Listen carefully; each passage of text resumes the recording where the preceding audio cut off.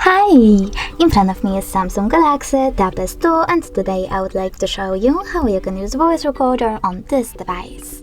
First of all, go into Play Store, click on the search bar and type in Samsung Voice Recorder. Then you need to download this free app.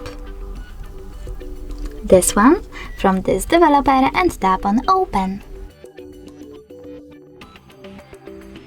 Then select Continue, tap on Allow in the pop-ups and choose Yes, I agree. Now click on this red button to start your recording. You can pause it or unpause it by clicking on the same one.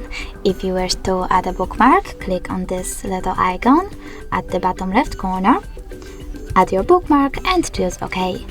If you wish to delete your recordings right away, click on discard and confirm your choice by tapping on delete in the pop-up. If you wish to save it, click on save at the bottom right corner. Now remember to click save at the top right corner over here, and as you can see, my recording was successfully created. You can rename it by clicking on those three dots over here, choosing rename, typing wherever you wish to, like fun, and saving your changes by tapping on OK.